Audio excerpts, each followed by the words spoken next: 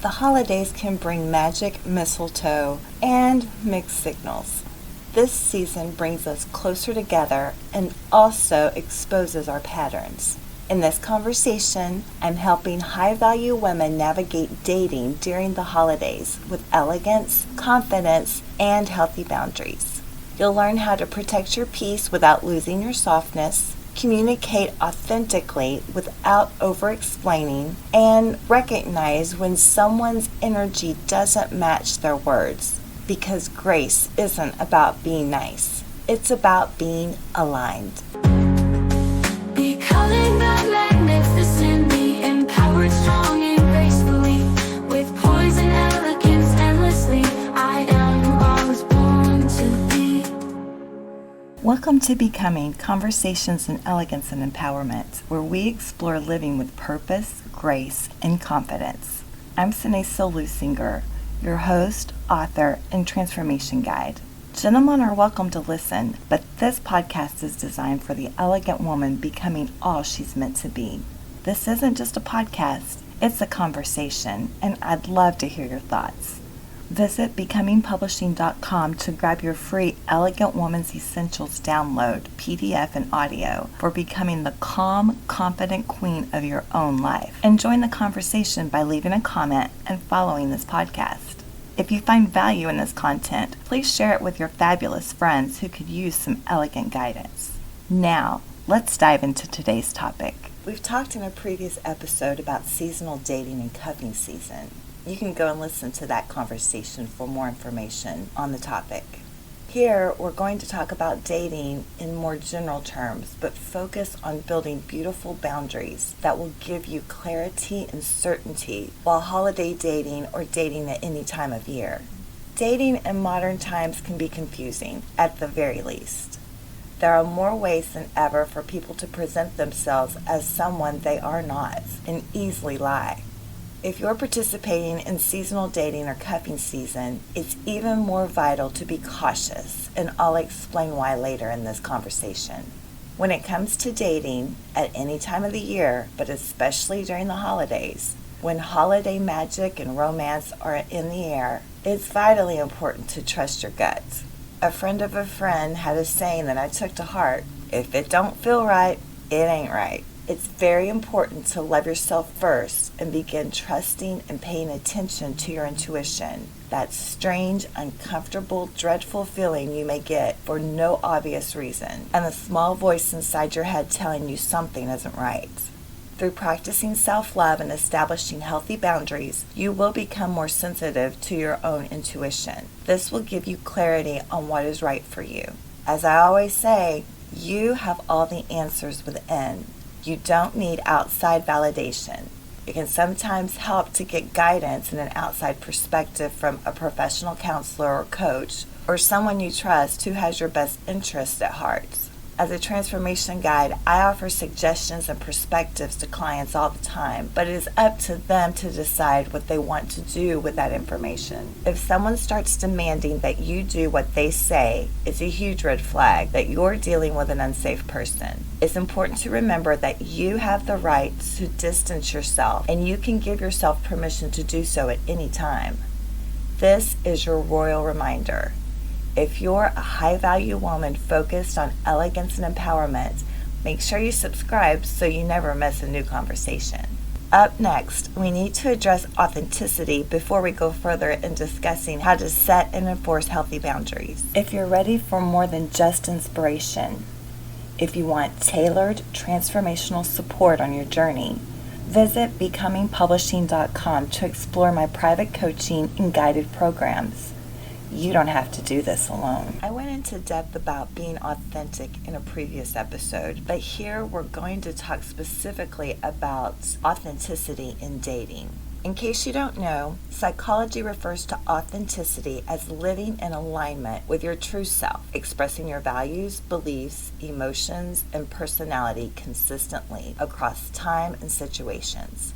It has several facets, which include self-alignment, which is congruence between your internal experiences and your outward behavior. Awareness.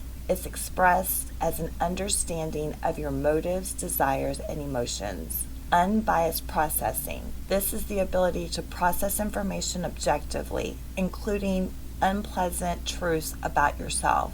Behavior, acting in accordance with your values, even when it's socially inconvenient. And relational orientation. This is being open and genuine in interpersonal relationships. Authenticity plays a critical role in the success, satisfaction, and emotional health of romantic relationships. Relational authenticity is defined as the ability to express your true self, your emotions, values, and vulnerabilities within an intimate relationship without the fear of rejection. Obviously, this takes time because there's a high trust factor involved, and trust needs to be earned over time with consistent actions. Loving yourself in a healthy way and being confident in who you are, what you want, and what your values are will allow you to be authentic in all your interactions, even with strangers. Research shows that relational authenticity is closely linked with mutual vulnerability, secure attachment styles, high relational satisfaction, and empathy and trust. A 2010 study by Brunel, published in the Journal of Counseling Psychology, found that people who act authentically with their romantic partner report greater intimacy, trust, and satisfaction. What I consider to be pivotal research published in Cyber Psychology, Behavior, and Social Networking in 2020, conducted by Grajava and Newman, found that when authenticity is faked to look good in dating apps, relationships formed were shorter, less emotionally satisfying, and based more on superficial compatibility. There are gender differences when it comes to authenticity. The findings of a Trinidad-based 2025 study by Campbell and Jack found that men were more likely to equate authenticity with physical intimacy, while women associated it with emotional connection and fidelity, shaping their expectations of real love. If you're participating in seasonal dating or cuffing season, be warned. It's imperative that you don't lower your standards and act less authentically during seasonal dating periods to avoid loneliness or social pressure. Since research shows these behaviors are the norm, it's vitally important to look out for these traits in a potential partner during the holiday season, which usually runs from Thanksgiving to Valentine's Day. A 2023 article in Psychology Today noted that people may mask their true intentions and fake compatibility just to not be alone. If you're worried about how a potential partner will view you, I'll repeat what I've said in a previous episode. You are the creator of your world. You are the only person who gets to determine your worth after you have done the internal work to make sure you are living authentically with pure motives. Listening to the content of this podcast is the first step in doing that internal work. The next step is applying it to your life in unique situations. Love this discussion? Subscribe for weekly elegance and empowerment conversations. Coming up, we'll discuss just how to build your healthy castle walls, what I call your boundaries, so that you can get exquisite clarity. Are you dreading the holidays? You're not alone, and that's why I created the Royal Holiday Survival Guide Experience, a digital and coaching program for women who want to reclaim their peace, protect their joy, and say no to toxic traditions. Visit becomingpublishing.com to explore the full program, including private coaching for the season. Let's make this the year you actually enjoy the holidays. Setting and enforcing healthy boundaries is incredibly important in any type of relationship. It protects the high-value woman inside the castle, you, and allows wonderful, like-minded people to enter. Walls aren't bad if they have a gate in them or are lowered for the right people, those who prove they are worthy of being in your life through their consistent words and actions. One of the most important elements in setting boundaries is learning to say the word no. I often say, what part of no don't you understand, the "n" or the "o"? No.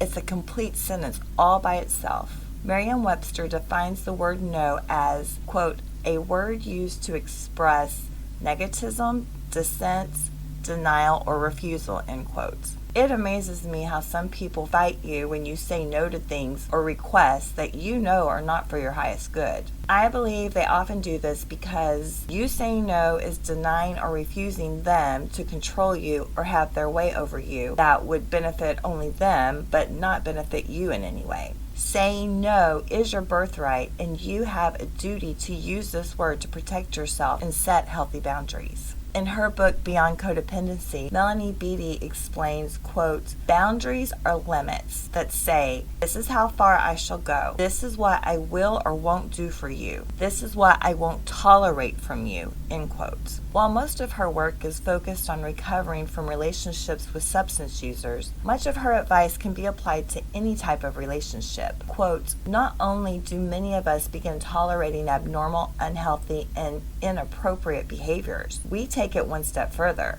We convince ourselves these behaviors are normal and what we deserve. We may become so familiar with verbal abuse and disrespectful treatment that we don't even recognize when these things are happening. But deep inside, an important part of us knows. Ourselves know and will tell us if we will listen," she wrote. It's in these moments where our insides shake, our thinking becomes negative, and our stress level is so out of control that we scream at ourselves in an empty room when we know something is definitely wrong or off. I finally got to the point where I listened to my body and noticed that when I felt heaviness in my chest or a lump in my throat, that was a huge sign something was not right for me. These are exactly the moments when we need to use the word no. This applies not only to romantic relationships, it applies to the workplace when you feel disrespected, in friendships when cruel words are spoken to you, and not spoken out of love or concern for you, but to cut and hurt you, in conversations with someone who is bullying you to do something you don't want to do. In each and every one of these situations, you have the right to just say no. Yes, people may threaten negative consequences on you if you don't adhere to their intimidation. However, you must ask yourself if you can live with yourself after giving in to such unloving, uncaring, downright selfish demands. I know what it feels like to be in these situations. I think I've experienced them all on every single level. I had to come to the realization that I am too precious and divine to be treated in such a way by anyone. Dr. Wayne Dyer wrote it best in his book, Real Magic, quote, "I will send love, but I will remove myself physically from their presence because I am too divine and significant to be the subject of any abuse," end quote. Beattie lists some examples of healthy boundaries that I've slightly modified to apply to most generic situations. I will not allow anyone to physically or verbally abuse me. I will not knowingly believe or support lies. I will not rescue people from the consequences of their irresponsible behavior. I will not finance a person's irresponsible behavior. I will not allow people to act crazy in front of me. It's their business and choice to act that way, but they can't do it in front of me. I will leave if they don't. They can spoil their fun, their day, and their life. That's their business. But I won't let them spoil my fun, my day, or my life. Quote, "Set boundaries, but make sure they're your boundaries. The things we're sick of, can't stand, and make threats about may be clues to some boundaries we need to set. They may also be clues to changes we need to make within ourselves," she wrote. I should caution you about something. When it's time to put your foot down and set and enforce your boundaries, expect resistance. Setting boundaries is the easy part in my experience. Enforcing them can be a completely different thing. Dr. Phil McGraw is known for saying, quote, "You teach people how to treat you," end quote. On this topic of boundaries, he wrote in his book, Life Strategies, that difficult people look for results. Quote, "You may complain or cry or threaten to give them negative results, but if the bottom line is that you reward their behavior by providing a response that the other person values, then that person decides, hey, this works. I now know how to get what I want," he wrote. Enforcing your boundaries will not be easy. Dr. Phil warned you to expect the following resistance: allegations that you just don't care anymore, emotional extortion that takes the form of threats to leave if you don't cave in, or they could use aggravated threats of suicide. Guilt on your part.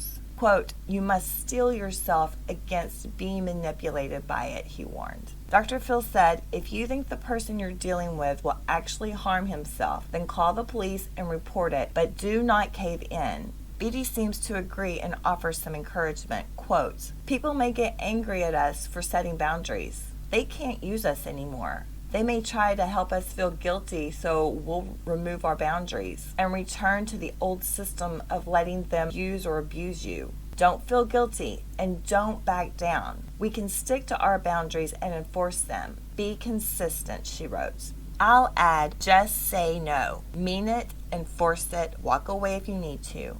In his book, Act Like a Lady, Think Like a Man, Steve Harvey wrote something that I'll never forget. Quote, men like standards.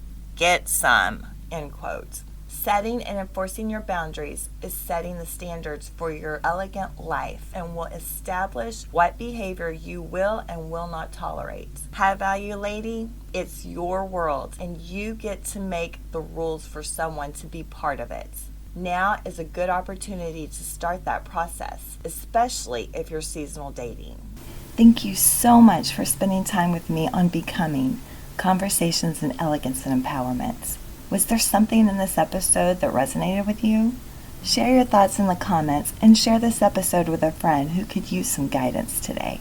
If you're ready to take your personal growth to the next level, visit becomingpublishing.com to explore my exclusive coaching programs and resources tailored for ambitious women like you. There you can also download your free Elegant Woman's Essentials PDF and audio for becoming the calm, confident queen of your own life. If you found value in this episode, please subscribe, leave a review, and share with your friends who are ready to create the magnificent life and relationships they truly deserve. Until next time, stay elegant, stay empowered.